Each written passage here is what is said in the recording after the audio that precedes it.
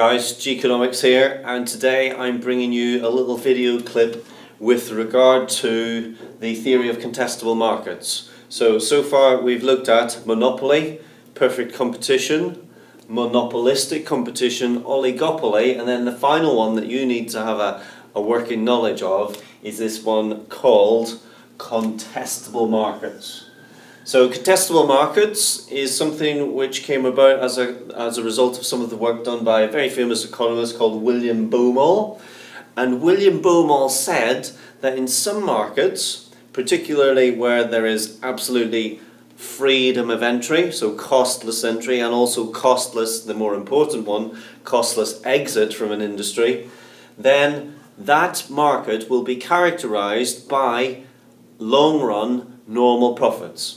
So a sort of a similar scenario to the perfectly competitive model, and in some ways some might say a substitute for perfect competition. So William Baumol said that the mere threat of competition, the mere fact that if an incumbent firm, so that's a firm which is already in the industry, good word to use by the way, incumbent, if the incumbent firm is making supernormal profit, because there are no barriers to entry, and more specifically no barriers to exit, firms looking in from the outside will be able to enter the market, eat up some of those profits, and then when the profits disappear, they can just leave the industry that is, with no, they don't have to bear any cost really. Now, the key feature of this, with regard to barriers to entry and exit, the key feature of this is the exit barriers. There is an absence of sunk costs. So sunk costs are those costs which once they are made they cannot be recouped, and particularly for most industries advertising costs would fall into that category, because once you have paid for your advertising, so if I was lucky enough, ladies and gentlemen, to get some money to advertise my channel, well, once I've made the purchase of the advertising, I wouldn't be able to recoup that money in 3, 4, 5 months, weeks time. So those would be sunk costs. Whereas if in the summer holidays I decided, okay, I have 6 weeks off, I'm going to start a little window cleaning business, so I got myself a bucket and a set of ladders, which I wouldn't be doing, but if I got myself a bucket and a set of step ladders, then after the summer holiday had elapsed, I could probably sell those off for pretty much the same amount of money that I paid from them. So that would mean that the sunk cost would be relatively low in that respect. So here we have a diagram for contestable markets, contestable market theory. So this will be familiar to you by now. I'm sure you've done this and we've done this. We've talked about this a great deal in recent weeks and in recent videos. So this is our monopoly diagram, the typical monopoly diagram: average revenue demand, marginal cost supply, marginal revenue curve, and our average total cost curve. So the first thing that you need to illustrate on this is that you need to illustrate the profit maximizing level of output. And remember our profit maximizing output rule, so pi max, profit maximizing output rule, is that profits are maximized where MC, marginal costs, equal marginal revenue, which is of course there. So that's our marginal cost point. That's an important point, we'll come back to that. So that's the marginal cost point, and this is the price obviously borne by the demand curve. So this is the monopolist's price and this is monopoly output. None of this is anything different to what we have mentioned previously. Now, in this particular scenario, you can see from this diagram, if I were to add here the costs of producing QMON, the monopoly level of output, there are the costs there. And so this hashed area here would of course be abnormal profit, supernormal profit. Now, in the absence of entry and exit barriers, this would attract outsiders into the industry. And so contestable market theory says that in order to prevent this constant in and out, new firms enter, then they leave and so on once the profits have been eroded, what should happen in a contestable market is that the price should be at this point here, where price equals average cost. So that that is obviously, if you think about it, that is where your revenue is the same as your cost. That's the break-even point with regard to pricing. And just on that point of pricing, make sure that you are aware for your, particularly for the F584 paper, make sure that you're aware of the different types of pricing and price discrimination and all that jazz. So anyway, this would be the price point. Take that across.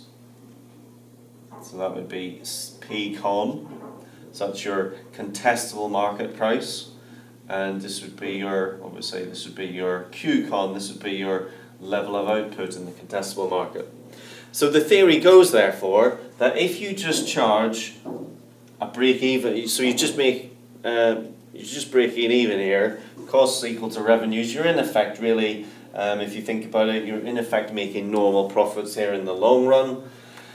And in that instance, that is said to be a situation in which you'll not attract new firms in, and the existing firms will obviously remain in business at the same time. Now if you think, I said at the beginning this was in part a substitute scenario for perfect competition. Think back to perfect competition, also makes normal profits in the long run. However, a couple of key differences. We need to be thinking about efficiencies. So in this particular scenario, obviously there are two key points here. Number one, at this price level and output, well, we can clearly see that in this instance anyway, and in this example, the costs are not at the minimum point, because obviously that would be the minimum point there. So in this case, this is price does not equal the min ATC, and so as a consequence this would be productively inefficient. And also, at this level of output, the actual marginal cost is obviously, we need to be taking our line up here, there's our marginal costing. So the marginal cost at that particular level of output, price does not equal marginal cost, and so we can see that this model is neither productively efficient nor is it allocatively efficient either. And this is where the distinction between contestable markets and perfect competition comes in. Perfect competition, productively efficient, allocatively efficient. This model, although it's long run normal profits, it's neither productively efficient nor is it allocatively efficient. Now this model is particularly applicable, I think, to transport markets and so on, and can be applied, I'm not sure if you can see this on the screen there, but you can apply this to the airline industry.